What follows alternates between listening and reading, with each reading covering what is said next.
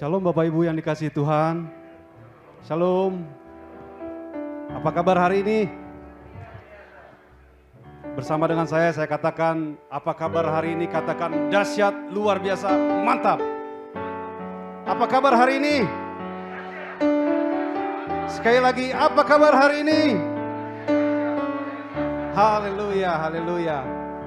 Haleluya, kita akan memulai talk show hari ini dengan tema Blessed to be Blessed. Sebelumnya kita akan mohon pimpinan buat kuasa Roh Kudus. Bapa, Engkau sungguh baik, tak berkesudahan kasih setiamu Tuhan, dan tak habis-habisnya rahmat-Mu, selalu baru setiap pagi. Besar kesetiaan-Mu Tuhan. Terima kasih Tuhan, terima kasih. Haleluya, haleluya. Haleluya. Mari katakan bersama, Bapa, Engkau sungguh baik.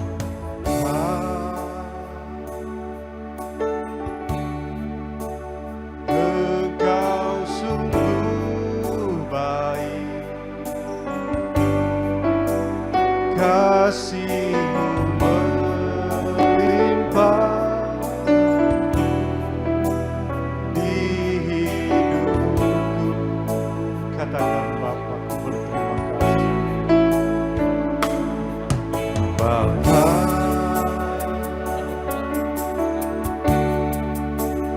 ku berterima kasih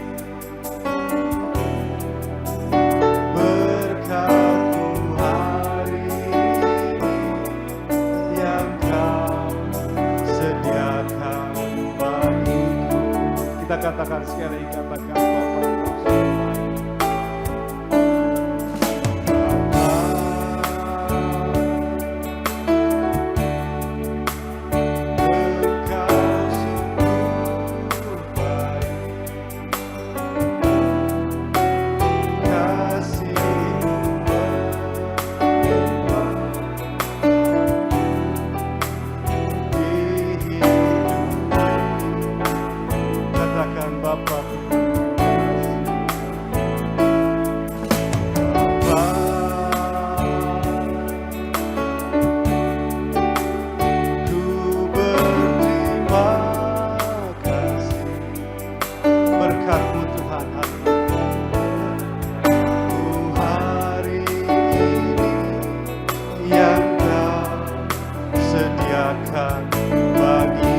Bersama katakan, ku naikkan syukur, ku naikkan syukurku buat hari yang Kau beri. Tak habis-habisnya kasih dan rahmat. Katakan selalu baru, baru dan tak pernah terlambat pertolongan-Mu. Besar setiamu di sepanjang hidup. Bersama ku naikkan syukur,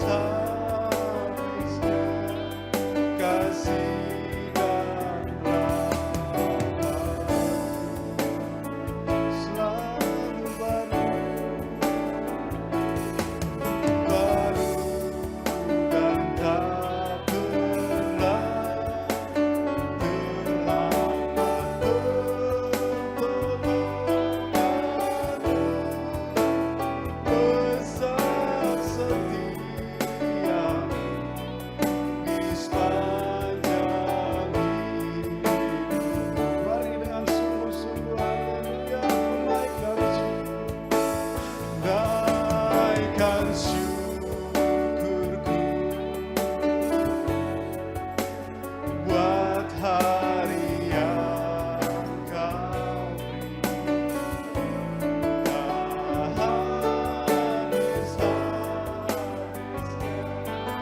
kasih dan rahmat-Mu selalu baru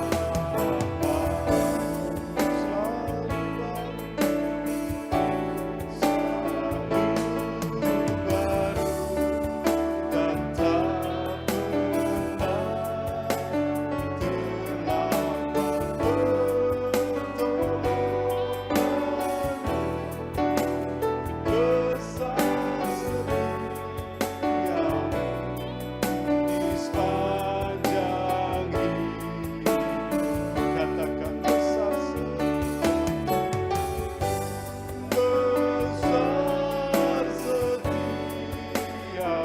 besar setia, besar setia, besar setia, besar setiamu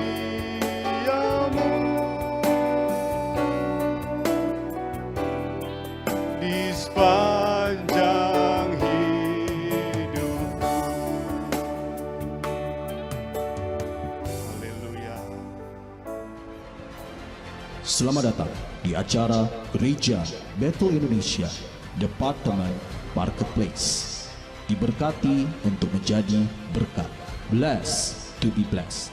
Mari perbesar kapasitas pengetahuan dan kemampuan kita.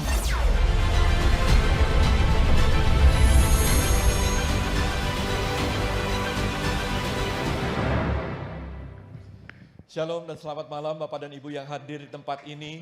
Mari kita berikan tepuk tangan untuk Tuhan Yesus.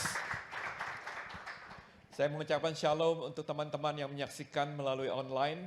Shalom, salam sejahtera.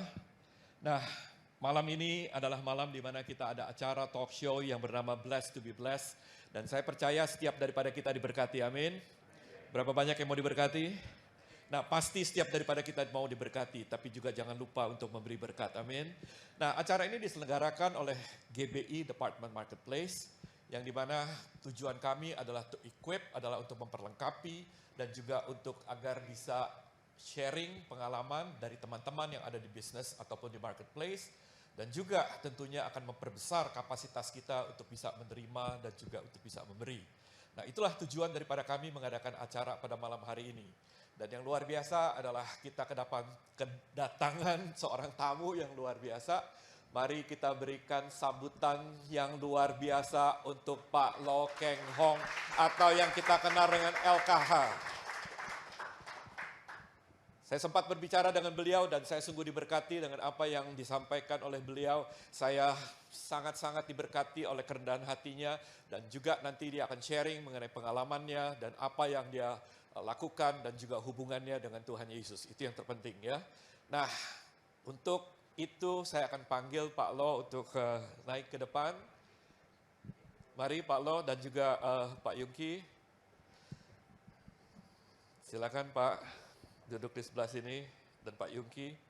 Pak di sebelah sini boleh Pak? Nanti Pak Yungki yang di sebelah sana. Bapak di sebelah sini. Ya. Katanya supaya bisa kameranya lebih bagus menyorot LKH-nya. Jadi kita nggak begitu penting. Amin.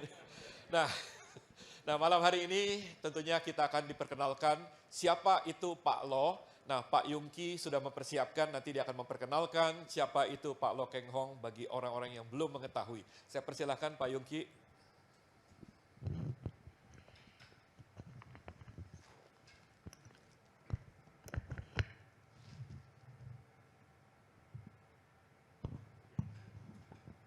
Shalom, saudara-saudara sekalian, Bapak Ibu sekalian, baik yang ada di ruangan GCX di Gandaria City Mall dan juga teman-teman yang ada di Zoom malam ini. Saya juga mendapat kehormatan malam ini untuk memperkenalkan Pak Lo.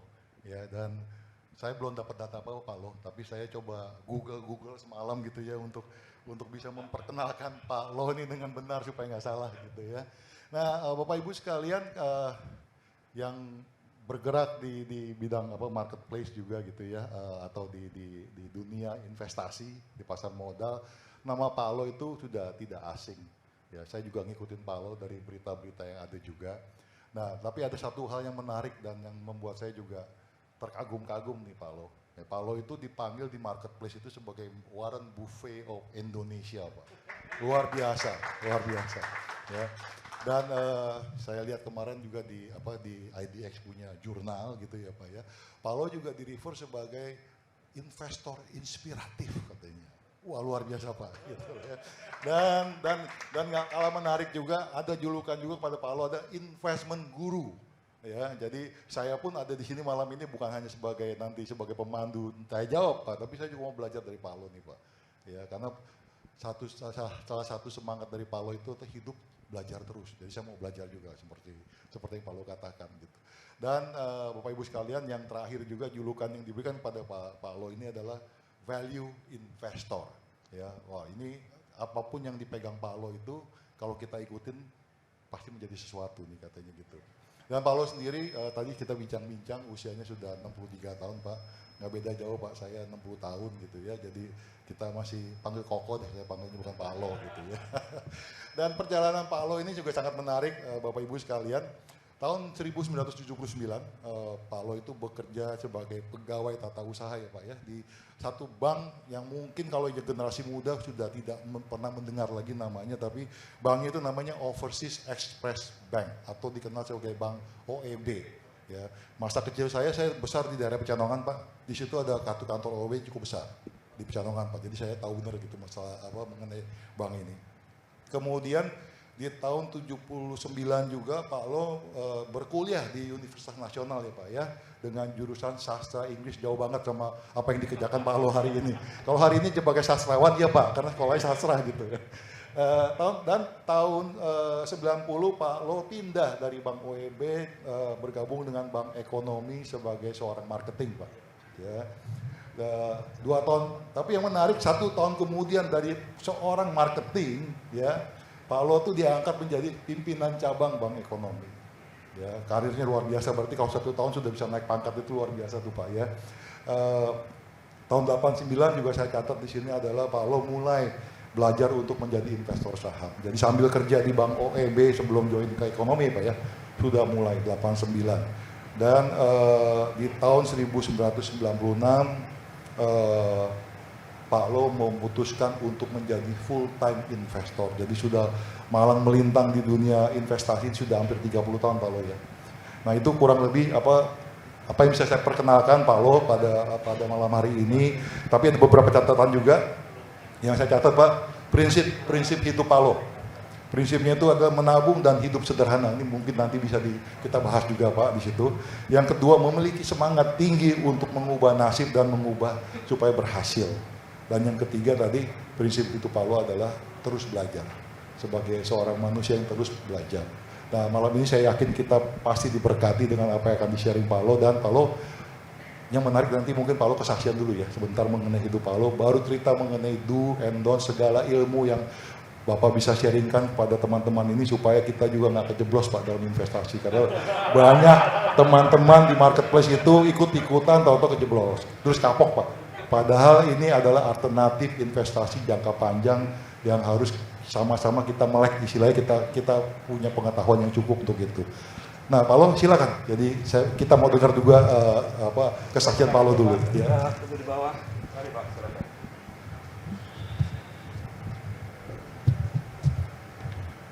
Selamat malam Bapak Ibu yang dikasihi oleh Tuhan Yesus Kristus. Pertama-tama saya mau berterima kasih kepada Pak Charles Jonan sebagai Ketua Departemen Marketplace dari Sinode Gereja Bethel Indonesia yang sudah mengundang saya pada malam hari ini. Tadi sudah diperkenalkan oleh Pak Yungki ya. Saya dilahirkan di Jakarta, tinggal di Jakarta 63 tahun ya. Berangkat dari keluarga yang tidak punya ya. Karena bapak saya hanya bekerja di toko ya, jadi gajinya kecil. Rumah saya pun hanya ukuran 4 kali 10 meter ya. Dindingnya bukan dari tembok, dari kayu ya. Dan rumahnya setengah meter di bawah jalan, dan rumahnya plafonnya nggak ada, kalau saya tidur langsung genteng gitu ya. ketika saya tamat SMA, saya nggak bisa melanjutkan kuliah lagi karena orang tua saya tidak mampu, jadi saya bekerja, diterima di Overseas Express Bank tahun 1979 sebagai clerk, pegawai tata usaha. Kemudian setelah saya bekerja, saya biasa hidup hemat dan sederhana, jadi gaji kecil waktu itu gaji 20.700 tambah uang makan 1.300 sehari, ya mungkin sebulan 50.000. Kemudian saya bisa melanjutkan kuliah lagi, tapi kuliah di universitas yang tidak punya kampus, ya, universitas yang tidak punya kampus.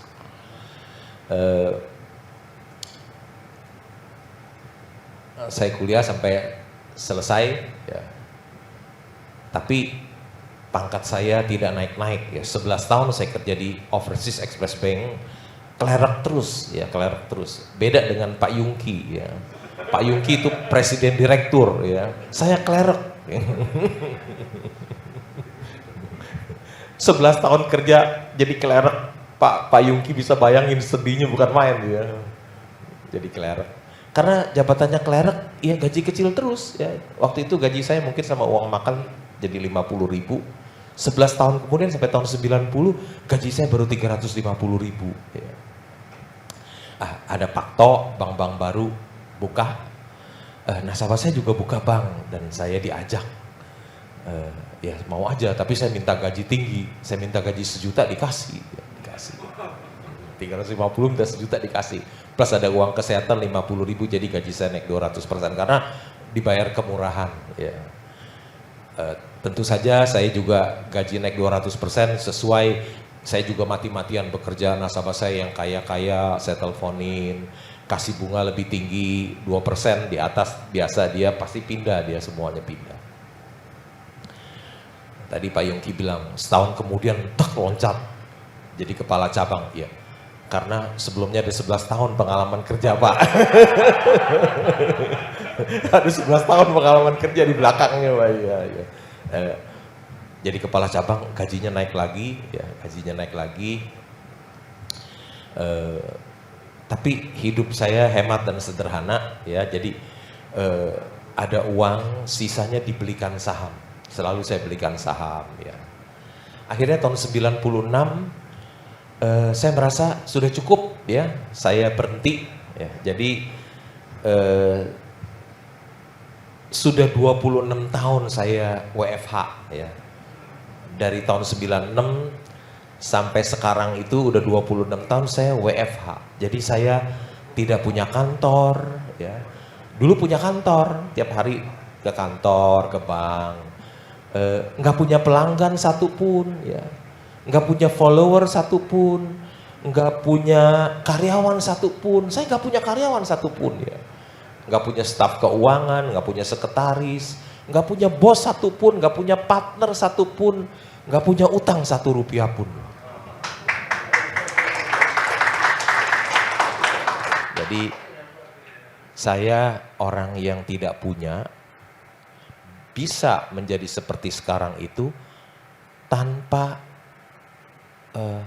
kantor, tanpa pelanggan satupun, tanpa karyawan satupun, tanpa bos dan partner satupun, tanpa utang 1 rupiah pun. Sekarang saya kerja dulu jadi clerk, sekarang bisa jadi pemegang saham terbesar nomor 2 di Panin, ya.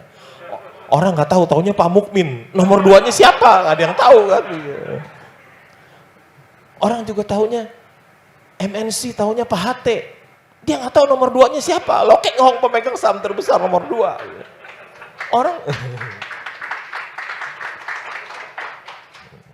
Orang juga nggak tahu siapa pemegang perusahaan pabrik ban terbesar di Asia Tenggara. Taunya Pak Syamsul Nur Salim. Nomor 3-nya juga Lokeng Hong di situ, ya. Padahal dia tadi nggak punya kantor, tiap hari WFH di rumah 26 tahun, ya. Berkat Tuhan itu begitu besar dalam hidup saya, ya.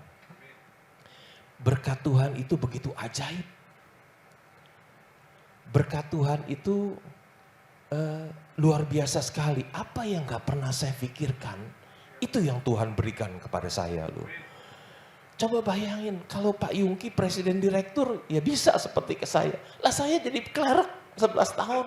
Ya, bisa seperti itu. Itu karena apa? Karena berkat Tuhan yang ajaib dalam hidup saya. Saya akan memperkenalkan satu orang yang merupakan inspirasi saya dalam berinvestasi ya. Bisa dikeluarkan gambarnya. Orang ini kekayaan namanya Warren Buffett ya. Kekayaannya tembus 100 miliar dolar ya.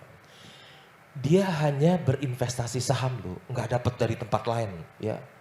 Nggak jual mobil, nggak buka kafe, nggak sama sekali. Cuman investasi di saham aja. Kekayaannya punya 100 miliar dolar. Kalau kali 15.000 itu 1.500 triliun ya. Mungkin kalau nggak ada dia, saya juga nggak berani loh jadi investor saham. Contohnya nggak ada. Misalnya George Soros.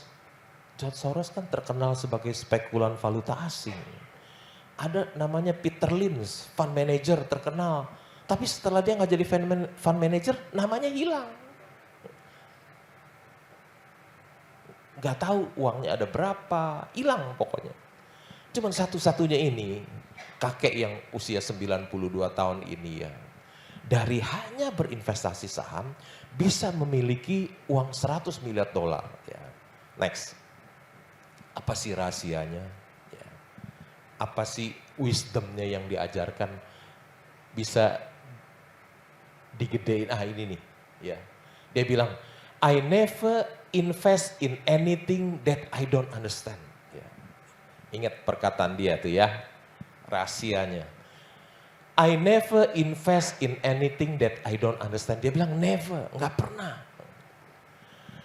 Tapi banyak orang investor saham beli, dia nggak tahu apa yang dia beli.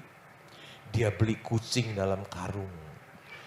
Dia hanya dengar temennya rekomendasi apa dia ikut beli. Ya. Dia hanya dengar tukang pom-pom. Dia hanya dengar influencer. Ya.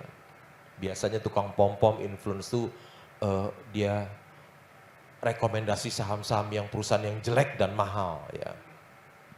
Jadi bisa sad ending ya. Warren Buffett tidak demikian, dia bilang I never invest in anything that I don't understand. Never, nggak pernah. Ya. Bagaimana kita bisa tahu perusahaan yang kita beli? Hanya satu cara, baca annual report. Annual report. Di dalam annual reportnya itu ada direksi dan komisarisnya, ada pemilik perusahaannya, pengendalinya siapa. Ya. Apakah mereka orang-orang yang jujur dan berintegritas atau orang yang tidak jujur dan tidak berintegritas yang kerjanya hanya mengambil uang perusahaan untuk memperkaya dirinya. Jangan pernah membeli perusahaan yang dikelola oleh orang-orang yang tidak jujur dan tidak berintegritas. Nanti duit kita bisa habis ya. Yang kedua, dari annual report kita bisa tahu bidang usahanya apa sih. Ada bidang usaha yang bagus, ada bidang usaha yang jelek. Ya. Yang rugi atau untung juga untungnya kecil, kerjanya capek, profit margin cuma 1%, UMR naik mati deh dia. Ada yang penjualannya 14 triliun, tapi profit margin 1,5%. Karyawan 10.000, coba UMR naik. Belilah perusahaan-perusahaan yang bidang usahanya bagus. Bidang usahanya bagus, apa sih yang bagus usahanya? Yang bisa membukukan laba di atas 10 triliun. Saya sebut 2 aja deh ya. Yang bisa membukukan laba di atas 10 triliun. 1 bank. 2 coal mining. Ya, coal mining. Yang lain-lain labanya kecil-kecil lah. Capek. Yang ketiga, dari annual report kita tahu laporan keuangannya ya.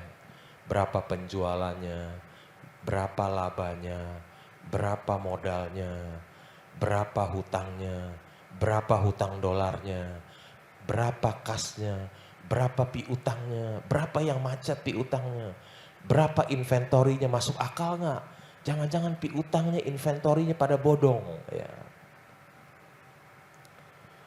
Kita bisa tahu berapa earning per share-nya, berapa price earning ratio-nya, berapa nilai buku per sahamnya, berapa price to book-nya. Semua kita tahu. Kita membeli, kita sedang melakukan investasi. Ya. Seperti Warren Buffett katakan, dia bilang, I never invest in anything that I don't understand. Gak pernah, never. Ya, never. Setahu saya mayoritas orang yang beli saham di bursa, mayoritas dia tidak tahu apa yang dia beli. Dia beli kucing dalam karung. Ya. Next. Warren Buffett bilang, be fearful when the others are greedy and be greedy when the others are fearful. Takutlah ketika yang lainnya serakah dan serakalah ketika yang lainnya takut. Ya. Kadang-kadang kata-kata ini gampang diingat tapi dilakukan susah. Ya. Tapi kata-kata ini kalau kita lakukan kita bisa jadi orang kaya. Ya. Kenapa? Ketika orang takut, barang-barang semua jadi murah. Ya. Jangan sampai orang-orang takut barang-barang murah, kita ikut takut, nggak beli, jangan. Coba lihat waktu pandemi. Ya. IHSG sekarang 7.000 nih, dia turun ke 3.900. Barang-barang banyak yang murah. Coba kita lakukan, kita beli, kita simpan. Waduh, harta kita naik berlipat-lipat. Ya. Ini juga salah satu wisdom dari Warren Buffett. Ya. Belilah ketika yang lainnya takut. Artinya apa? Dapat barang murah, banyak sekali. Ya. Next. Apa yang Warren Buffett lakukan? Dia bilang, I just sit in my office and read all day. Itu yang dia lakukan loh. I just sit in my office and read all day. Hanya membaca tiap hari di kantor. Karena saya nggak punya kantor, jadi I just sit in my house and read all day. Beda ya. Saya kan nggak punya kantor, Warren Buffett punya kantor. Tapi dia kerjanya cuma membaca. Apa yang dia baca? Tentu yang dia baca koran. Ya. Yang dia baca annual report, laporan keuangan. Bukan 1 jam, 2 jam loh, all day. Ya. Seperti saya, cuman saya nggak punya office, jadi I just sit in my house and read all day. Jam 6 biasanya saya keluar rumah ambil 4 koran, saya masih langganan koran. Ya. Orang-orang udah nggak langganan koran, saya masih bayar 685.000 sebulan. Orang-orang udah nggak langganan koran. Saya habis udah baca koran 30 tahun lebih, berhenti gimana ya? Sayang lah. Jadi para wartawan, para jurnalis, dia cari berita. Saya nggak usah cari. Saya baca koran aja. Banyak berita-berita berharga yang saya bisa baca dari para jurnalis. Saya juga baca berita-berita dari WhatsApp. Ya. Saya juga mendengar CNBC, Bloomberg. Ya. Saya juga membaca annual report, laporan keuangan. Pulang dari sini langsung baca annual report. Ya. Karena besok mau visit company, kalau nggak tahu repot juga. Ya.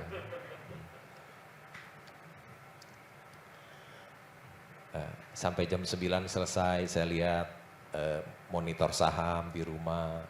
Kalau ada saham yang ingin saya beli, saya melakukan pembelian. Kalau saham saya naik,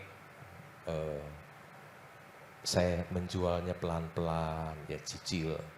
Beli bisa berbulan-bulan, jual bisa berbulan-bulan karena sedikit cicil, beli cicil, jual cicil. Ya. Jadi harganya tidak bergejolak. selesai market tutup ketika pandemi, biasa jam 4.15, 3.15 tutup, biasanya saya tidur capek ya. Saya tidur 1-2 jam, kemudian setelah bangun saya mandi, makan, kembali membaca, ya, baca website Bursa Efek Indonesia, di situ ada pengumuman-pengumuman, ya mungkin ada 200-300 pengumuman sehari. Karena setiap perusahaan publik yang mau melakukan corporate action, dia harus lapor ke bursa, dan bursa munculkan di website Bursa Efek Indonesia, jadi investor di seluruh dunia bisa membaca dalam waktu yang sama. Tidur lagi mungkin jam 11, jam 12, ya rutin setiap hari gitu ya. Seperti Warren Buffett katakan, I just sit in my office and read all day. Next. You don't need to be a rocket scientist. Investing is not a game where the guy with 160 IQ beat the guy with 130. Kamu nggak perlu jadi seorang rocket scientist. Ya. Investasi itu bukan permainan yang IQ-nya 160 mengalahkan yang pinter, mengalahkan yang bodoh, ya, yang lebih kurang pinter.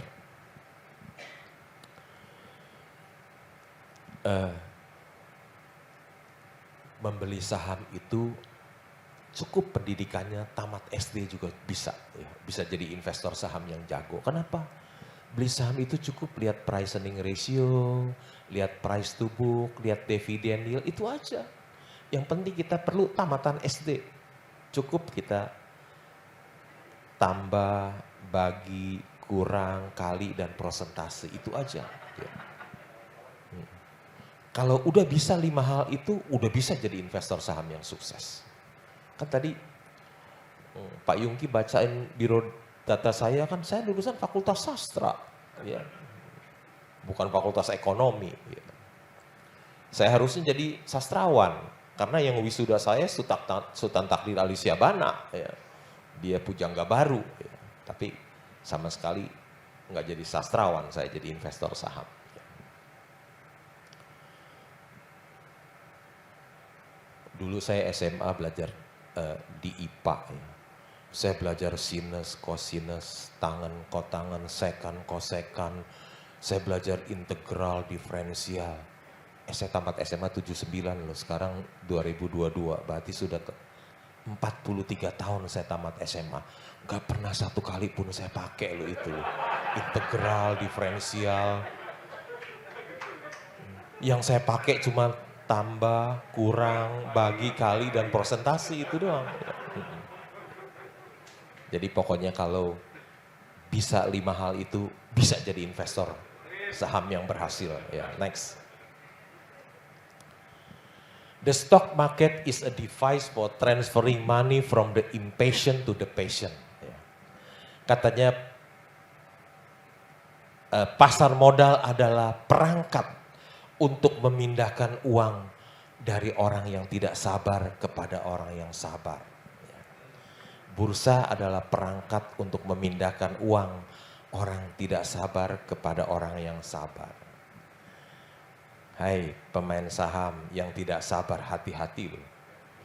Uangmu, hartamu bisa pindah ke orang yang sabar melalui bursa. Sabar itu ilmu tingkat tinggi. Belajarnya setiap hari. Ujiannya sering mendadak. Tapi investor saham yang lulus akan memperoleh cuan yang besar. Sabar itu juga penting dalam kehidupan kita sehari-hari. Ya. Orang yang dapat sabar menahan amarah, dia akan terhindar dari banyaknya penyesalan. Orang yang sabar, yang dapat menahan amarah, dia akan terhindar dari banyaknya penyesalan. Ingat apa yang Warren Buffett katakan, bursa adalah perangkat untuk memindahkan uang orang tidak sabar kepada orang yang sabar. Next.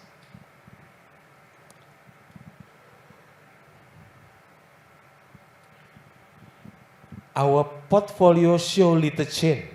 We continue to make more money when snoring than when active. Ya. Dia bilang portofolio kita kami itu hanya berubah sedikit. Ya. We continue to make more money when snoring. Ya. Kita dapat lebih banyak uang ketika ngorok daripada ketika aktif. Ya. Warren Buffett ngorok bisa dapat uang lebih banyak daripada dia aktif. Ya. Hebat kan? Dia ngorok dapat uang lebih banyak daripada dia aktif bekerja. Ya. Betul. Karena kalau kita sudah memiliki saham wonderful company, kita melek, terus kita liatin harga sahamnya, bisa terpancing jualan. Ya. Kita bisa kehilangan, kita punya wonderful company. Ya. Orang gak tahan lihat sahamnya naik. Tapi orang bisa tahan kalau sahamnya turun.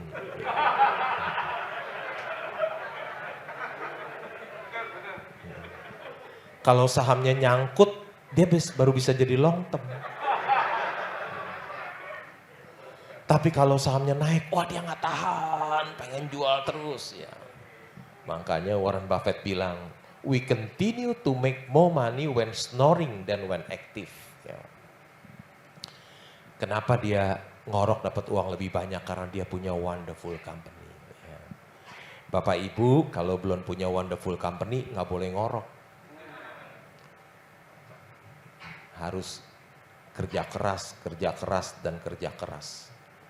Nggak punya wonderful company, ngorok, tambah miskin. Tambah miskin. Kalau nggak punya wonderful company, harus kerja keras, dan kerja keras. Boleh ngorok. Harus ngorok kalau udah memiliki saham wonderful company. Next. Wah ini ilmu kelas tinggi ini, tinggi sekali ya. Ini ilmu saham yang paling tinggi. Padahal kata-katanya sederhana dibolak-balik aja. Dia bilang gini, it is far better to buy a wonderful company at fair price than a fair company at wonderful price. Ya. Jauh lebih baik memiliki wonderful company di harga yang wajar daripada memiliki company yang biasa-biasa di harga yang murah. Ya.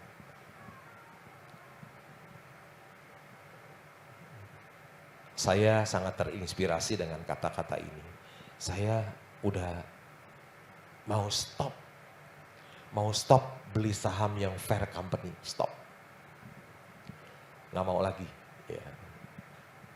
Kalau bisa yang udah ada nih, kalau bisa keluar aja. Ya. Nggak mau lagi. Hanya mau pegang wonderful company.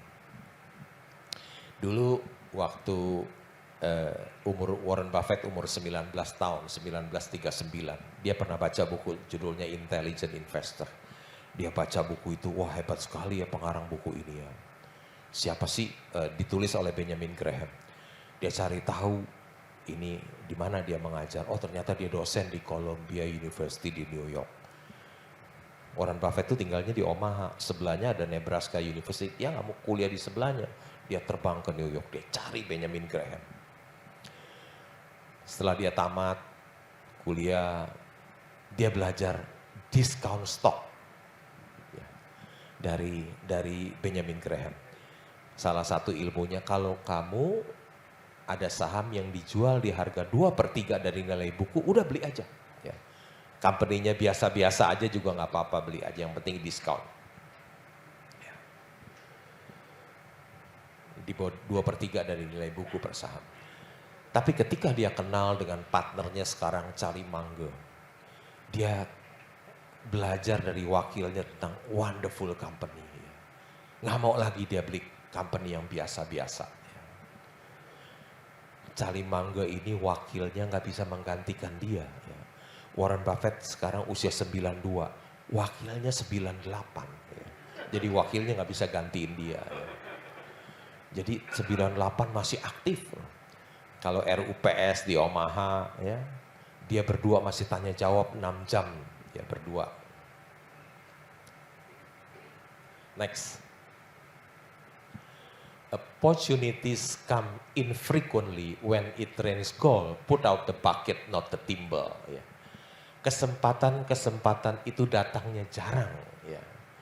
Ketika dia hujan emas, keluarkan ember, ya, bukan gayung. Ya.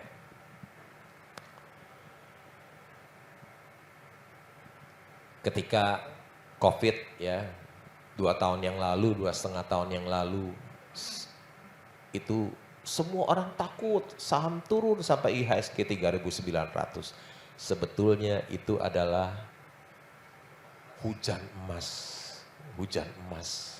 yang datangnya jarang, ya, yang datangnya jarang. Maka dia bilang, keluarkan ember, ya. Ambil semua kalau bisa uang kita, dorong semuanya beliin saham itu. Karena kesempatannya jarang. Ya, jangan beli sedikit-sedikit, jangan.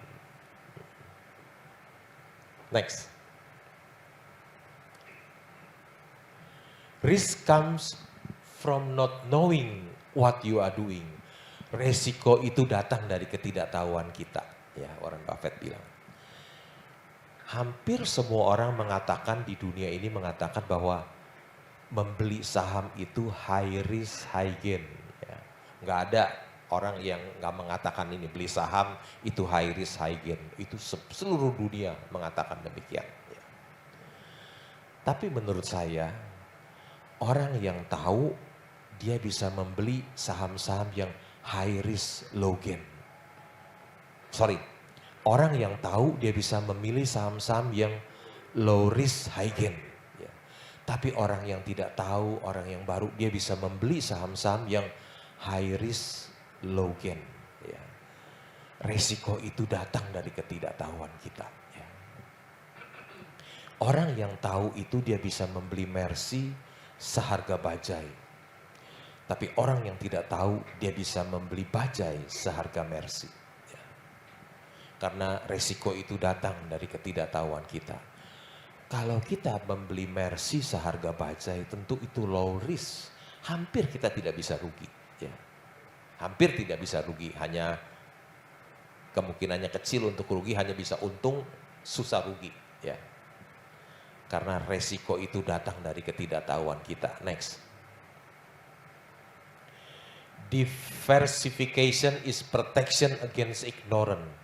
It make little sense if you know what you are doing. Diversifikasi untuk melindungi ketidaktahuan kita. Tidak masuk akal kalau if you know what you are doing, kalau Anda tahu apa yang Anda lakukan. Ya. Diversifikasi itu untuk melindungi ketidaktahuan kita. Semua pakar-pakar keuangan mengajarkan diversifikasi. Semua sekolah-sekolah bisnis di dunia ini mengajarkan diversifikasi. Don't put all eggs in one basket. Masa sih kalau kita ketemu Mercy yang dijual di harga bajai, di dunia nyata nggak ada. Ya nggak ada yang orang sebodoh itu yang mau jual Mercy di harga bajai. Tapi di bursa saham banyak, ya banyak orang yang menjual Mercy di harga bajai. Tapi juga di bursa banyak bajai yang dijual harga Mercy. Masa kita ketemu Mercy harga bajai kita belinya cuma 10%, sisanya kita diversifikasi ke tempat lain ya. Beli properti, deposito, beli obligasi, beli emas, beli apa. Apa yang Warren Buffett lakukan ya? Warren Buffett beli satu saham Apple 126 miliar dolar. Perusahaan Warren Buffett, Berkshire Hathaway beli satu perusahaan sebesar 126 miliar dolar saham Apple.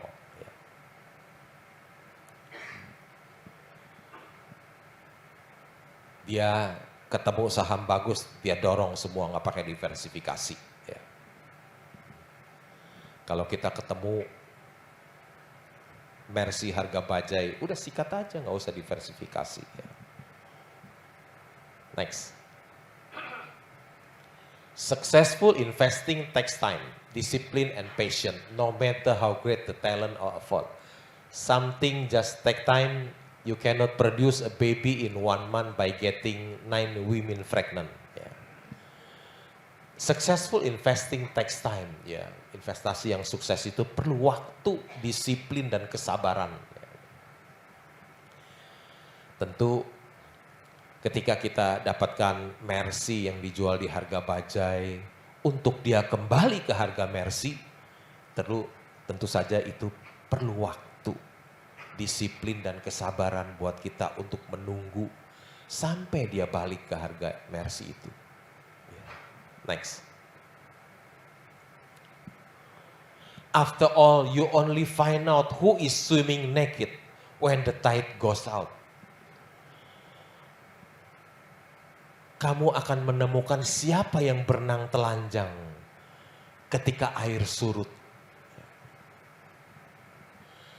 Ketika ekonomi bagus, semuanya kelihatan bagus, semuanya bagus. Ya. Bagus, semuanya nggak kelihatan, yang berenang telanjang nggak kelihatan. Ya. Tapi begitu COVID datang 2,5 tahun yang lalu, baru udah kelihatan siapa yang berenang telanjang. Ya. Si A gagal bayar, si B gagal bayar, si C gagal bayar, si D gagal bayar, si E gagal bayar. Ya. Ketika air surut baru kelihatan siapa yang berenang telanjang. Ya. Kalau ekonomi bagus, nggak kelihatan, semua cakep-cakep semua. Ya. Next. Wall Street is the only place that people ride to in a Rolls Royce to get advice from those who take the subway. Wall Street adalah satu-satunya tempat di mana orang yang naik Rolls Royce minta nasihat dari orang yang naik subway. Satu-satunya tempat. Ya. Ada orang naik Rolls Royce minta nasihat investasi dari orang yang naik subway. Saya pernah tinggal dekat Wall Street ya. Di Holiday Inn Wall Street, saya tinggal di situ karena saya pengen tahu tentang Wall Street ya. Saya datang ke Wall Street terus percis di Wall Street bawahnya ada subway ya. Enggak seperti subway di Jakarta, di Singapura, di Hong Kong, bersih, bagus ya. Sungguh loh, saya begitu masuk saya keluar lagi loh karena menyeramkan ya, subway-nya. Karena subway-nya itu udah berdiri 1 abad yang lalu. Wah, udah kotor, udah karatan. Tapi lama-lama saya berani juga ya. Habis saya lihat banyak orang yang naik subway, udah saya naik subway aja deh.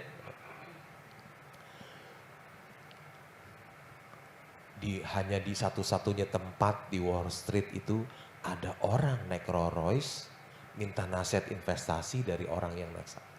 Ada orang kaya minta nasihat investasi dari orang miskin. Nggak terbalik. Harusnya yang naik subway itu minta nasihat investasi dari yang naik Rolls Royce. Ya. Terbalik justru. Ya. Jangan sampai kita minta nasihat investasi dari orang yang lebih miskin dari kita. Jangan. Ya. Kalau orang itu lebih kaya dari kita, boleh kita minta investasi. Ya. Jangan minta nasihat investasi dari orang yang lebih miskin dari kita. Ya. Di Jakarta juga banyak orang yang naik Mercy minta nasihat investasi dari orang yang naik busway. Ya. Itu subway ini busway. Ya. Jangan pernah orang kaya minta nasihat investasi dari orang yang miskin, jangan. Ya. Kita hanya boleh meminta nasihat investasi dari orang yang lebih kaya dari kita. Ya. Next. Wall Street makes its money on activity. You make your money on inactivity. Ya. Kalau Anda beli dan simpan tidak aktif artinya ya, tidak aktif. Anda akan kaya. Tapi kalau Anda aktif trading, sekuritas Anda yang akan kaya. Kalau Anda beli dan simpan tidak aktif, Tapi harus wonderful company, bukan perusahaan jelek yang mahal dibeli, makin disimpan makin miskin kita nanti ya. Harus syaratnya harus wonderful company, perusahaan yang bagus dan murah. Kita simpan, kita akan kaya. Tapi kalau kita trade ya aktif, sekuritas kita yang akan kaya. Ya. Next. If a business does well, the stock eventually follow. Ya, kalau bisnisnya bagus, tentu harga sahamnya akan ikut. Ya. Saya pernah menjadi pemegang saham terbesar nomor 2 di Panin. Ya. Oh, saya beli sahamnya murah sekali, cuma 200 per saham. Nilai buku per sahamnya 800, ya, diskon. Labanya juga besar, ya. Panin Bank kan labanya besar. PI-nya juga cuma 3 kali. Saya beli jadi pemegang saham nomor 2. Wah, ada orang yang bilang, itu value trap katanya. Ada yang bilang, wah perusahaan itu nggak bagi dividen. Saya percaya dengan kata-kata ini. Kalau perusahaan kinerjanya bagus, pasti harga sahamnya naik. Ya, betul aja. Saham Panin hari ini pada naik semua. Ya. Yang saham saya beli 200, hari ini 500. Ya. Next. If you don't find a way to make money while you sleep, you will work until you die. If you don't find a way to make money while you sleep, you will work until you die. Ya. Kalau Anda tidak bisa menghasilkan uang ketika tidur, maka Anda harus kerja sampai mati. Kata Warren Buffett.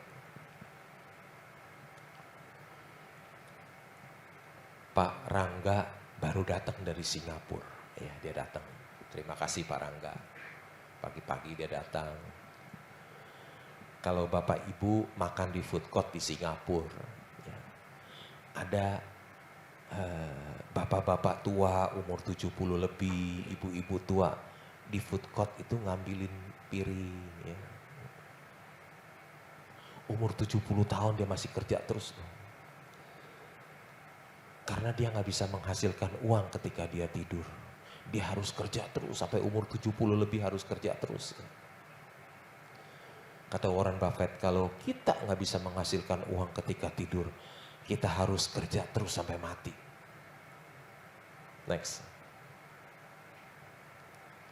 You have to read a zillion corporate annual report and their financial statement. Ya. Kamu harus membaca banyak corporate annual report dan their financial statement. Ini kunci sukses menjadi seorang investor saham. Nggak ada cara lain. Ya, nggak ada cara lain. Kita jangan pakai cara lain. Ikutin Warren Buffett aja. Baca annual report jadi kita tahu apa yang kita beli. Jangan sekali-sekali kita sok pinter. Pakai yang lain. Ya, pakai yang lain, cara lain. Jangan.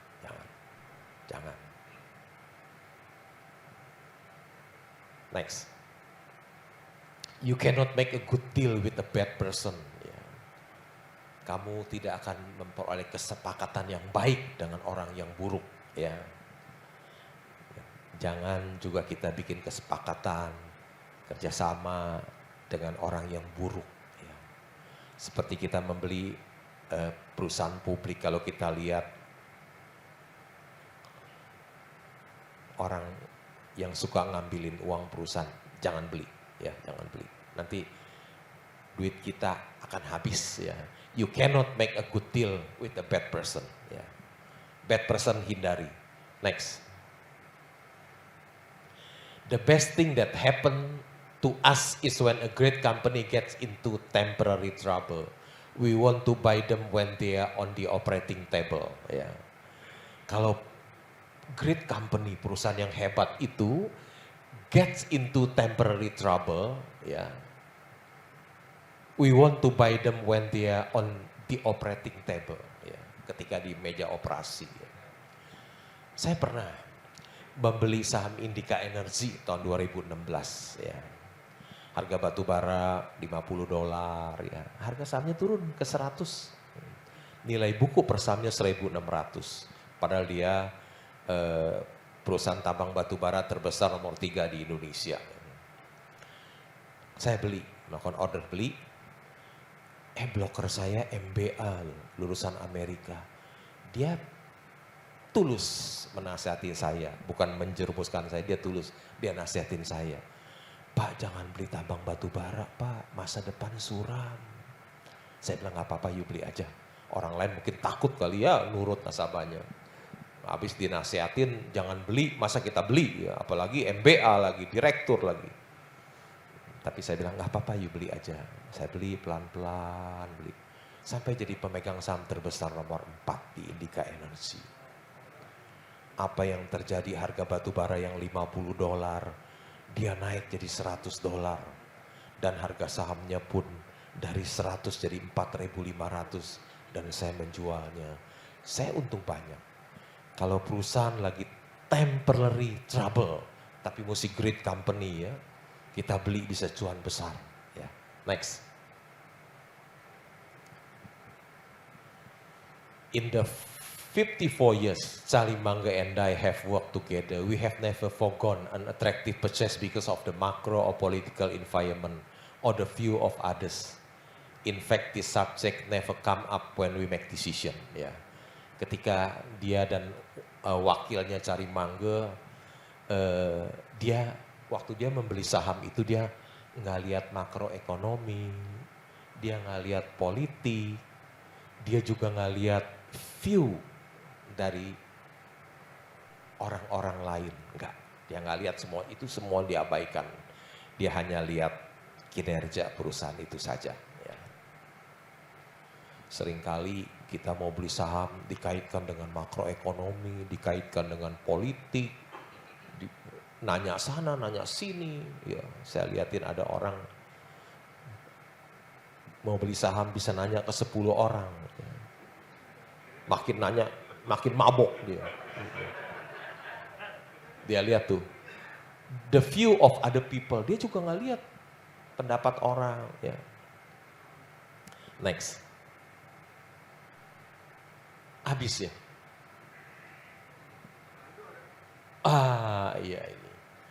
Gokil, Warren Buffett cuan gede 1.720 triliun dari Apple. Wih gila lu, bisa cuan 1.720 triliun dari Apple.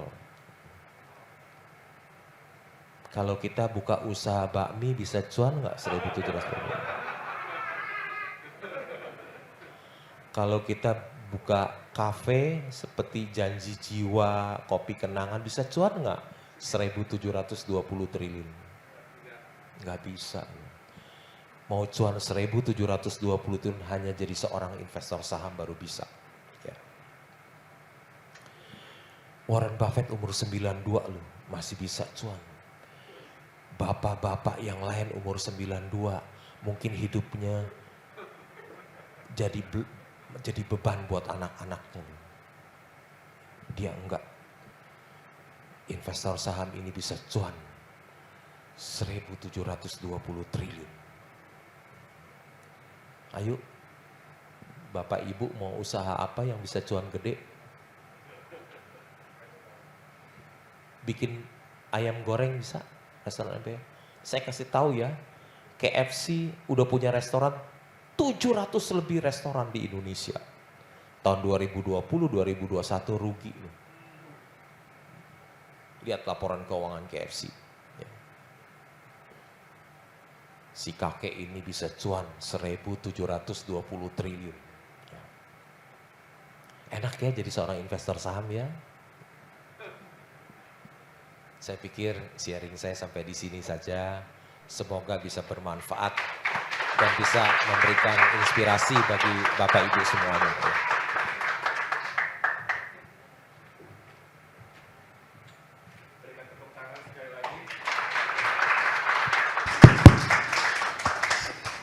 Nah, nanti Pak Yongki akan menyampaikan apa yang nanti akan bisa saudara tanya, bagaimana caranya. Karena tentunya kita akan masuk dalam tanya jawab hal yang luar biasa.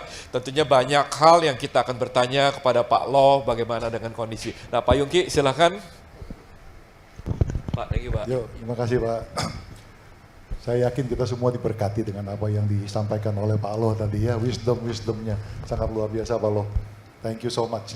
Nah teman-teman yang ada di ruangan ini maupun juga di ruangan Zoom yang ada di tempat masing-masing, kita akan nanti masuk dalam tanya jawab, tapi ada beberapa hal yang ingin saya sampaikan sebelum itu. Yang pertama adalah untuk yang Bapak Ibu dan Saudara yang ada di ruangan ini, kalau ingin bertanya silakan angkat tangan terlebih dahulu. Nanti kita berikan kesempatan untuk bertanya. Dan untuk yang ada di ruangan Zoom, Anda bisa ketik pertanyaannya di dalam chatting gitu ya. Nanti pertanyaan tersebut akan disampaikan kepada kami di depan dan kami akan sampaikan kepada Pak Aloh untuk dijawab. Nah kurang lebih seperti itu Pak.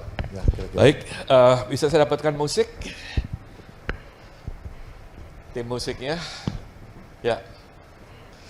Nah, sebelum kita lanjut untuk tanya jawab, saya ingin tayangkan satu, bisa tolong ditayangkan di belakang dari multimedia? Bukan. Yang Andre yang saya katakan tadi ada yang nomor rekening. Nah, di sini ada sedikit nomor rekening. Tentunya kalau Anda ingin memberkati kita silahkan. Bisa dilihat selain musik lagi dimainkan, mungkin kita break 2-3 menit dan kemudian Anda bisa bertanya. Nah kemudian tolong ditayangkan, bagi yang ada di rumah juga bisa ngambil handphonenya, mungkin bisa mengirimkan kalau Anda terbeban atau Anda merasa diberkati.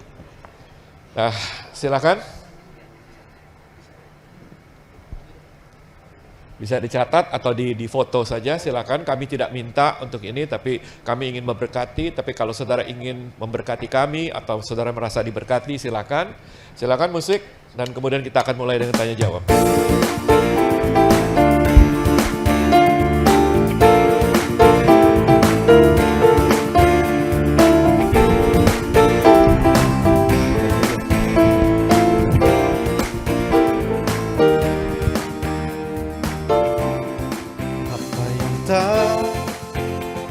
Pernah dilihat mata yang tak pernah didengar telinga, yang tak pernah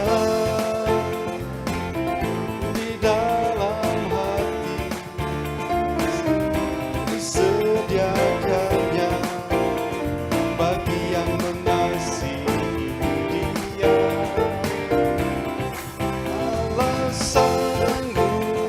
Melakukan segala perkara dulu, sekarang dan selamanya. Kuasanya tidak berubah. Allah sanggup melakukan segala perkara dulu, sekarang dan selamanya. Kuasanya tak berubah. Apa yang tak pernah dilihat mata,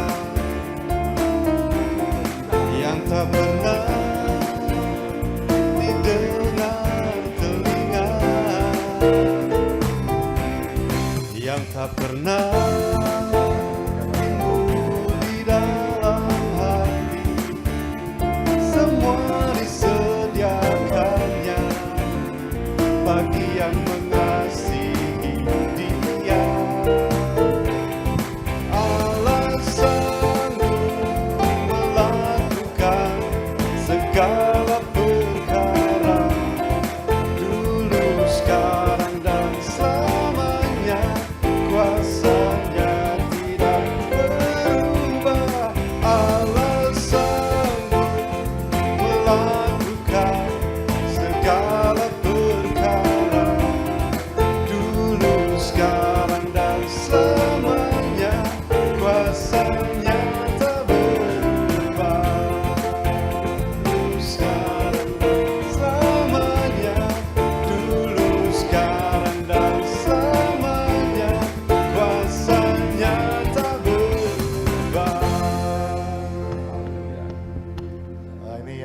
yang sudah ditunggu-tunggu ya.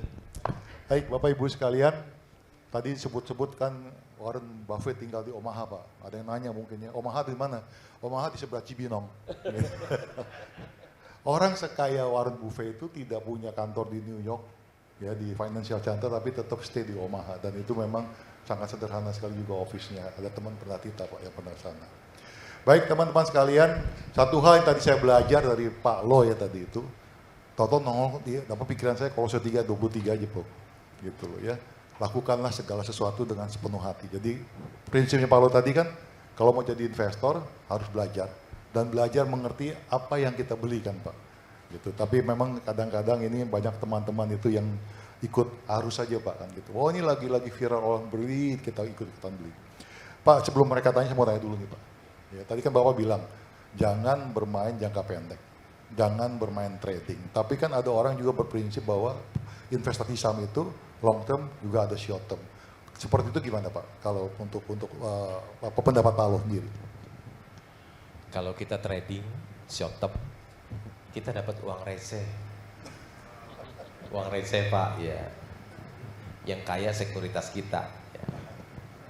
Tapi kalau kita beli dan simpan, kita beli Mercy harga bajai, kita simpan sampai kita menunggu sampai dia balik ke Mercy, kita akan dapat uang besar.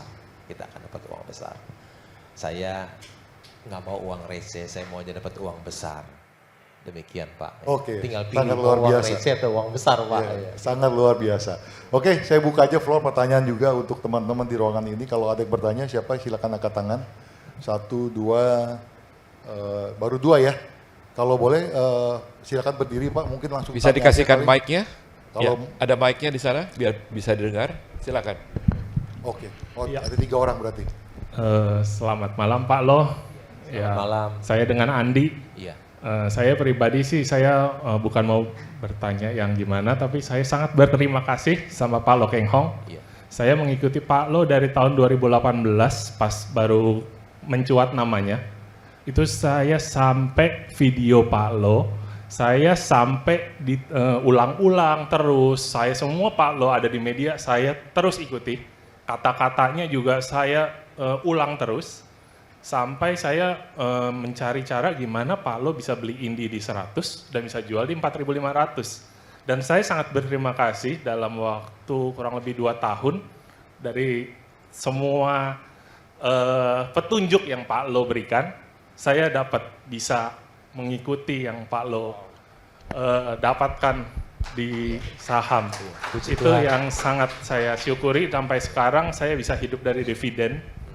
Dan ya pas krisis kemarin saya beli ITMG, rata-rata saya kemarin di 8.000 walaupun di sampai 5.000 ya. Sekarang di 40.000 lebih kan ya. Iya. Kemarin bagi dividen 4.000 Pak. Iya, dapat saya dapat.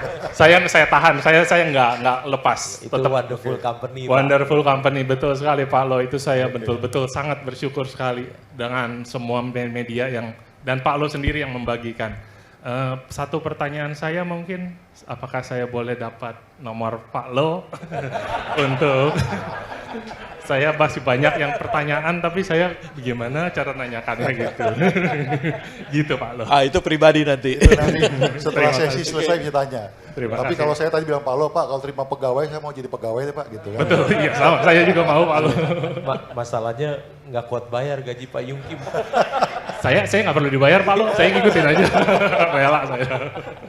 Presiden direktur. Oke, terima kasih atas Oke, terima pertanyaan kasih. dan juga kesaksiannya. Terima kasih, luar biasa. Oke, yang next tadi Next, ada di tadi sebelah, ada, di depan dulu. Nanti kita ke sebelah kanan setelah ini.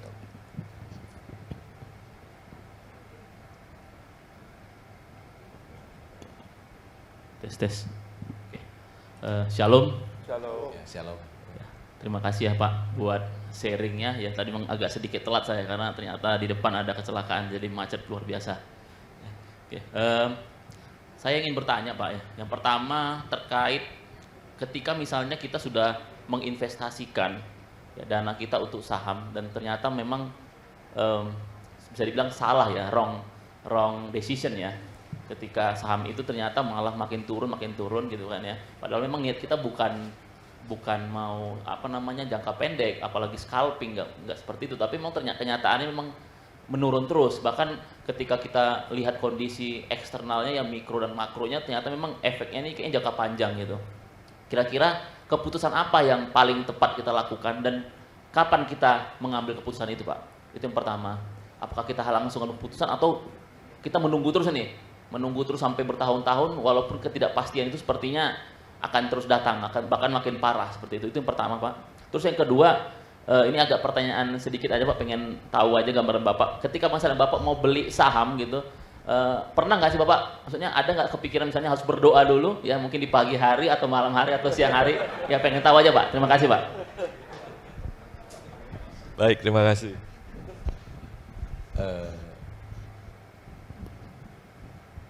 Tadi Bapak beli sahamnya yang seperti apa? Nggak tahu juga. Kalau Bapak belinya saham bagus dan murah, ya harus disimpan. Tapi kalau Bapak belinya saham yang jelek dan mahal, makin disimpan, makin gawat tuh. Kalau saham perusahaan yang Bapak beli itu perusahaan yang jelek dan valuasinya mahal, makin disimpan, makin gawat. Ya. Kalau kita beli dan simpan harus memenuhi kriteria perusahaan yang bagus dan murah. Ya. Kalau dilihat ada perusahaan yang lebih bagus dan lebih murah dari itu, Bapak boleh tukar. Ya. Saya nggak tahu sahamnya saham apa. Hah? Oh, Gudang Garam ya. Oh, Gudang Garam masih ada harapan. Kalau Gudang Garam ya, kalau yang lain saya nggak tahu. Kalau saham Gudang Garam masih ada harapan. Dia dari 100.000 sekarang 20.000 ya, masih ada harapan. Kalau saham itu boleh ditunggu, siapa tahu bisa balik. Soalnya itu juga wonderful company juga, sekarang lagi kesulitan karena terus royalty dinaikin, pajaknya dinaikin terus setengah mati ya. Tapi itu sebelumnya memang itu wonderful company juga. Kalau sahamnya itu saya rasa lebih baik disimpan aja. Siapa tahu dia balik satu hari. Ya, karena dari 100.000 sekarang tinggal 20.000. Kecuali perusahaan jelek yang valuasinya mahal, celaka. Kalau itu memang perusahaan bagus. Yang sekarang lagi kesulitan. Ya, lagi kesulitan. Kalau misalnya kita salah menentukan di awal, kita harus beranikan, Pak ya. Oh ya, kalau kita beli saham yang perusahaan yang jelek dan mahal harus di-cut. Ya. Tapi kan saya udah sangat selektif, jadi selalu beli dapatnya yang bagus dan murah, Pak. Ya.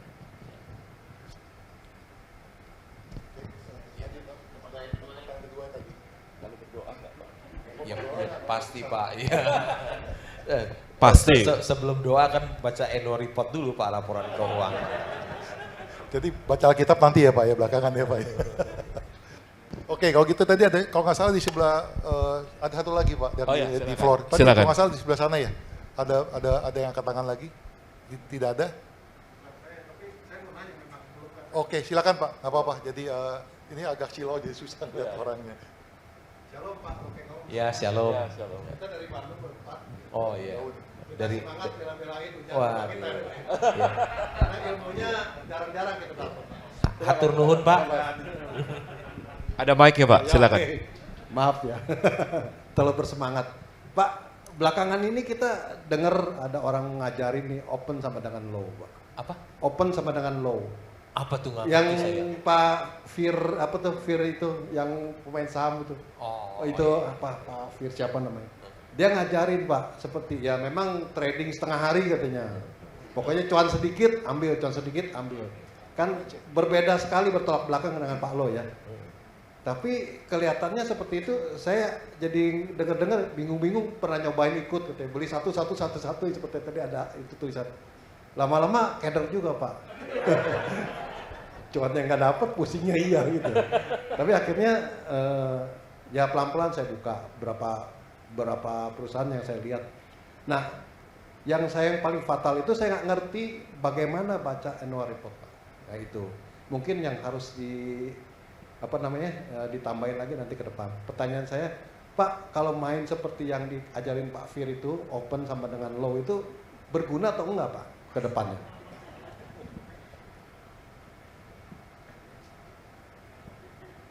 Pak, lebih baik ikut orang yang sudah punya uang 100 miliar dolar. Ayo. Benar itu.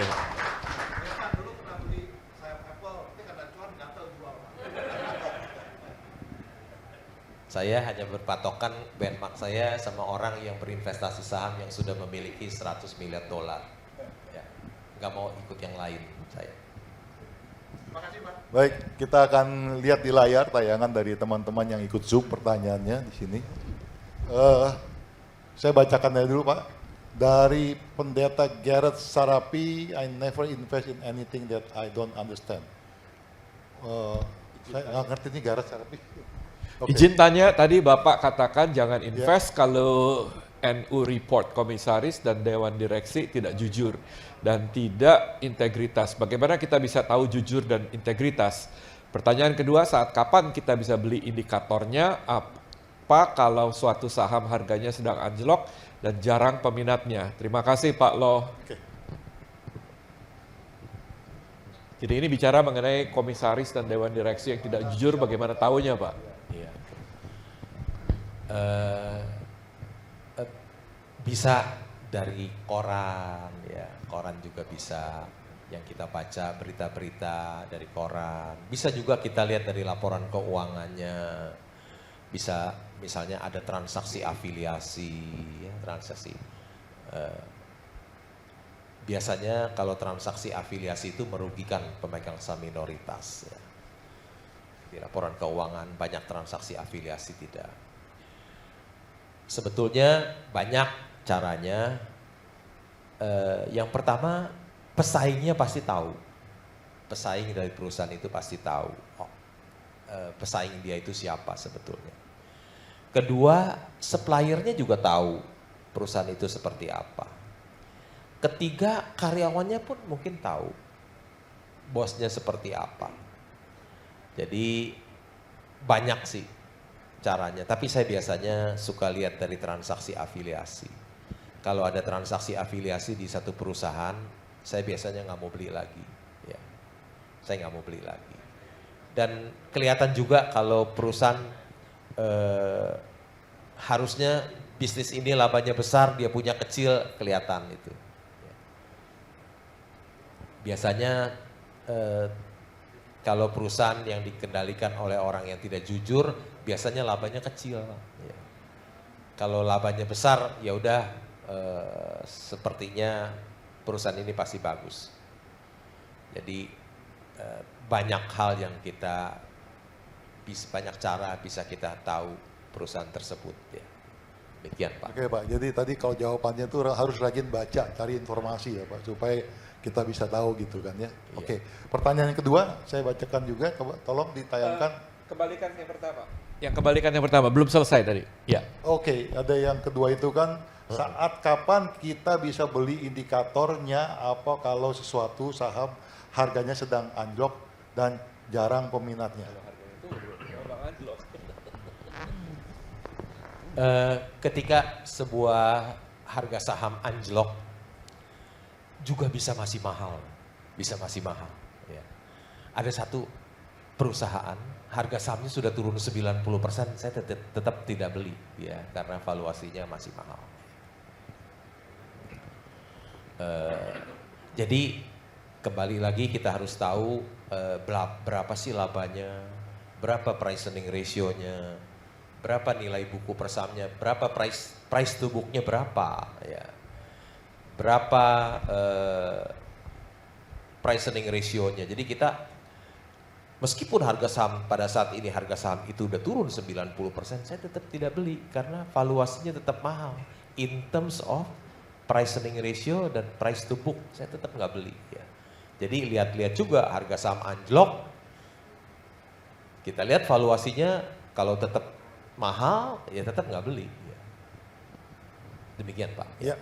Jadi ceritanya kan don't buy anything that you don't understand. Iya, gitu ya. never. Never.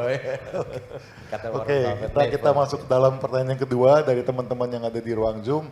Dari Are Adianta, bagaimana kita bisa mengetahui perusahaan yang bisa turn around? Apa yang kita lihat di laporan keuangan? Biasanya yang bisa turn around itu gampang itu biasanya tambang batu bara, ya, tambang komoditas biasanya. Seperti saya membeli Indica Energy harga 100 ketika harga batu bara turun ke $50 per ton. Tentu komoditas itu kalau lagi rendah dia pasti akan segera naik. Ya. Saya udah tahu nih kalau komoditas dia beli harga batu bara lagi $50. Kita beli, kita tungguin aja dia pasti naik. Namanya komoditas kan, betul aja setelah saya beli pelan-pelan sampai jadi pemegang saham nomor 4 terbesar di Indica Energy, harga batu bara itu naik $60, $70, 80 sampai 100 dan harganya juga mengikuti. Jadi biasanya komoditas itu turnaround-nya gampang, ya, mudah. Demikian Pak. Oke, kita lanjut di pertanyaan yang ketiga, bisa tolong ditayangkan dari Budi Wijaya. Cara hitung harga wajar gimana Pak? Pakai metode tersederhana aja.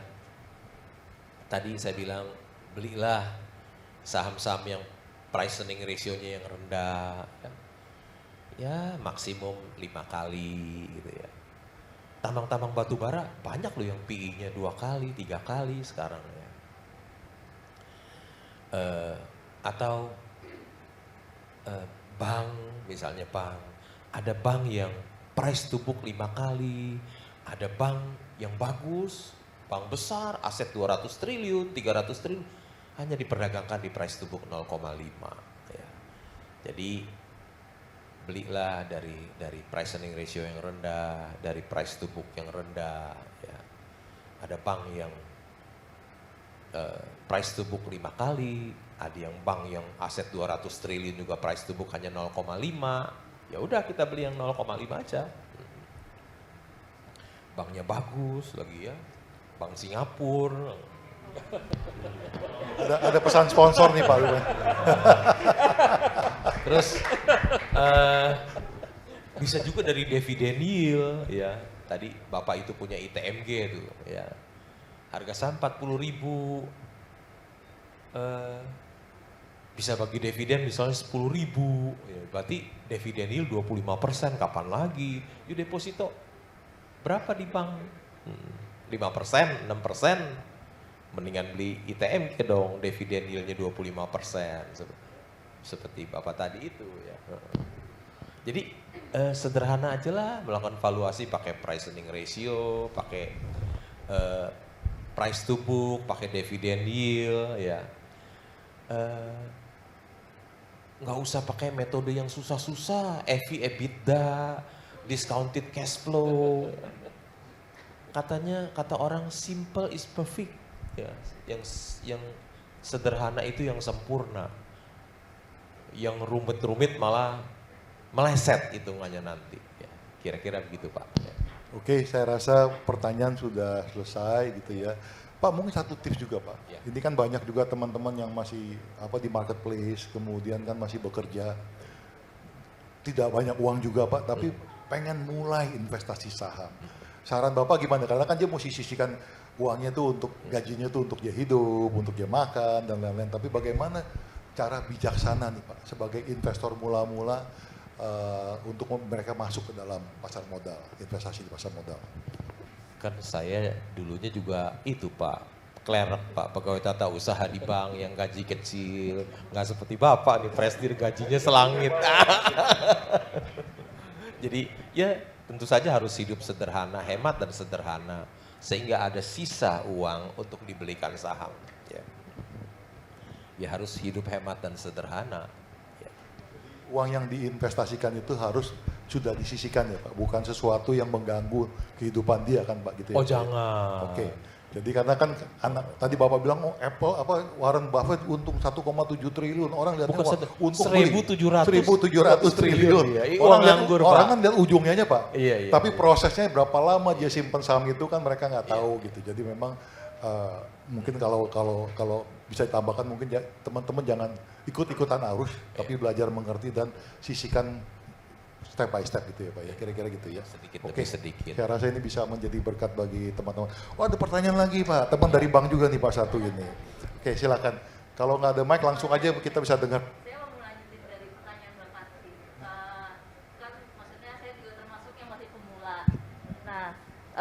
Mungkin kalau dari nyisihin uang kita mungkin bisa Pak, tapi lebih ke arah gimana ngontrol emosi dan mental kita Pak. Yang kalau banyakan dari, ada beberapa misalnya kayak saya, better ya udah kita nyari pekerjaan tambahan supaya untuk menambah pundi-pundi gitu, dibandingkan kita investasi gitu sih Pak. Jadi mental ngontrol, maksudnya saya pernah di posisi di mana ketika saat teduh kepikiran, aduh saham saya naik gak ya, saham naik gak? Meskipun sahamnya bagus ya Pak, maksudnya blue chip ya, tapi perasaan itu kan pasti ada. Nah, saya mau tanya sih, mau minta sharing dari Bapak, bagaimana ketika pertama kali Bapak investasi, bagaimana cara ngontrol emosi, mentalnya, pola pikirnya tuh bagaimana untuk supaya kita berani melanjutkan investasi, seperti itu sih Pak. Biasanya kalau kita nggak bisa mengontrol emosi kita, biasanya kita tidak tahu apa yang kita beli. Sehingga kita nggak bisa mengontrol emosi kita. Kita tidak tahu saham apa itu yang kita beli. Tapi kalau kita tahu apa yang kita beli, kita tahu ini saham perusahaan yang bagus dan murah, kita tahu setelah kita membaca annual report, tentu kita tenang aja, kita tenang, nggak mungkin emosi kita jadi terganggu, kita tenang saja karena kita tahu apa yang kita beli ini Mercy yang kita beli di harga bajai. Ya. Kenapa kita nggak bisa mengontrol emosi kita? Karena kita tidak tahu apa yang kita beli. Kita beli kucing dalam karung.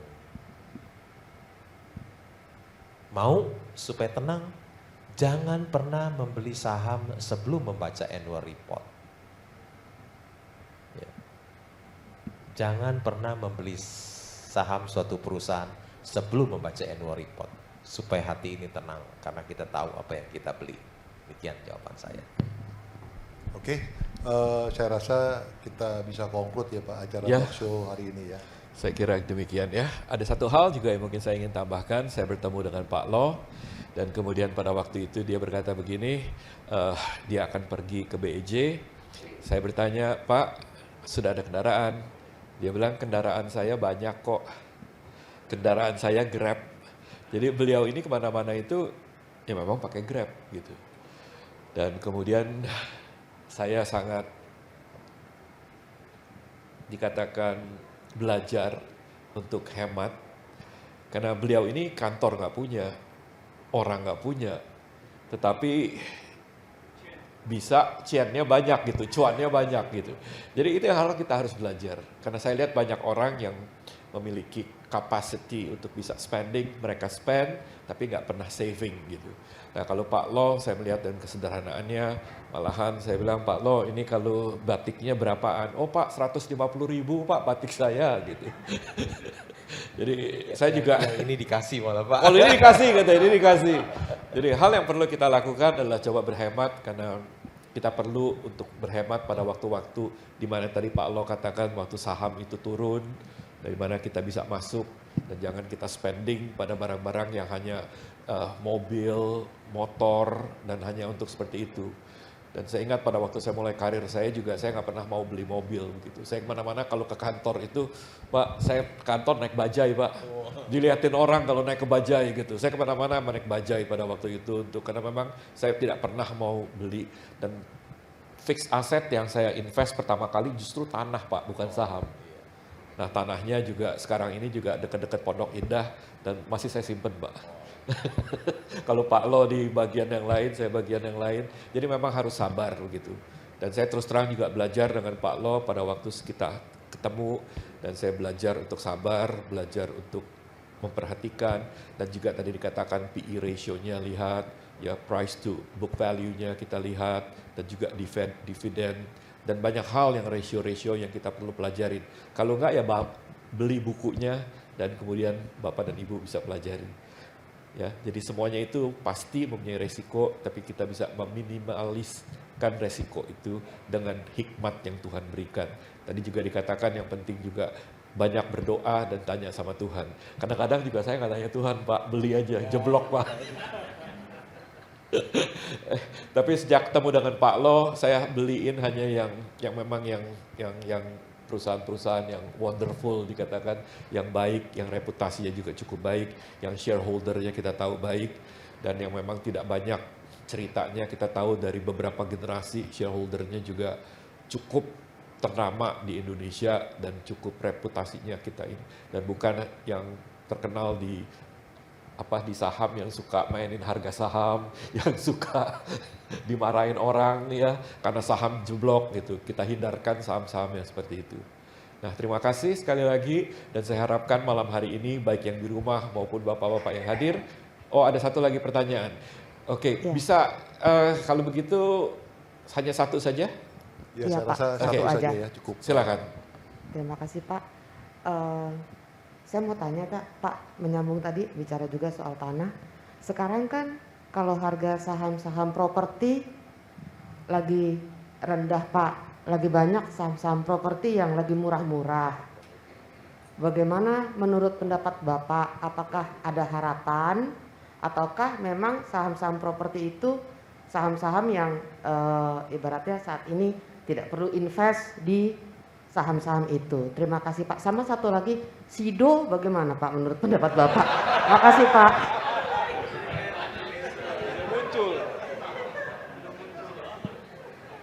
Saham-saham properti memang sekarang lagi susah ya, harganya valuasinya murah-murah. Kalau kita beli boleh ya, tapi tentu harus menunggu ya, karena satu hari properti itu juga bisa booming. Kalau booming harga sahamnya akan naik ya, akan naik. Jadi beli untuk tunggu cukup lama ya, mungkin cukup lama sampai dia booming kembali. Saya pun punya saham properti ya. Nah, saya juga punya saham properti. Harganya murah lagi sekarang. Lagi murah. Murah sekali. Jadi kalau mau tanya Pak Lo, nanti Pak Lo jangan dikasih pulang ya, tanya langsung ya harga sahamnya berapa. Saya juga pemegang saham terbesar nomor 2 di pengembang yang sudah berusia 50 tahun. Pemegang saham nomor 2 ya. Punya, tapi naiknya kapan nggak tahu. Kita tidak menyebut nama. Ini sudah 50 Nanti tahun, salah. BSD kan belum 50 tahun. Belum 50 tahun, Pak. Baik, Saya saya kira mengenai SIDO ya, bagi saya SIDO muncul itu perusahaan yang sangat bagus, cuannya gede ya, cuannya gede. Tapi dia tidak murah. Tapi itu perusahaan bagus yang valuasinya tapi tidak murah. Ya. Kira-kira gitu jawaban saya. Ya. baik, kita tutup. Mari kita bangkit berdiri. Nah, kita berikan tepuk tangan untuk Pak Lo. Kita ucapkan terima kasih Pak Lo, luar biasa malam hari ini. Mari saya akan tutup dengan doa. Tuhan, terima kasih untuk malam hari ini yang luar biasa. Ajar kami memiliki hikmat, karena Engkau memberikan kepada kami, Tuhan, akal budi untuk kami gunakan. Tuhan, berkati setiap daripada anak-anak-Mu yang menyaksikan acara ini, Tuhan. Biarlah mereka boleh berinvestasi dengan hikmat yang Tuhan berikan, dan mereka boleh berhati-hati karena Tuhan, prudence dan kehati-hatian diperlukan. Kami tidak bermain saham, tetapi kami melihat peluang yang ada, dan kami tidak, Tuhan, ingin memanfaatkan situasi, tetapi kami ingin agar Tuhan yang tetap menjadi source, menjadi sumber kami, dan kami menggunakan apa yang kami miliki untuk kami memiliki hikmat dalam berinvestasi. Tuhan, terima kasih malam hari ini, berkati anak-anak-Mu, biarlah mereka pulang dengan damai sejahtera, dengan sukacita. Di dalam nama Tuhan Yesus kami berdoa. Kita sama-sama katakan amin. Saudara, selamat malam. Terima kasih untuk datang pada malam hari ini. Kalau mungkin ada yang lain, tapi saya kira cukup ya. Nanti kesian Bapak ini. Ya, terima kasih.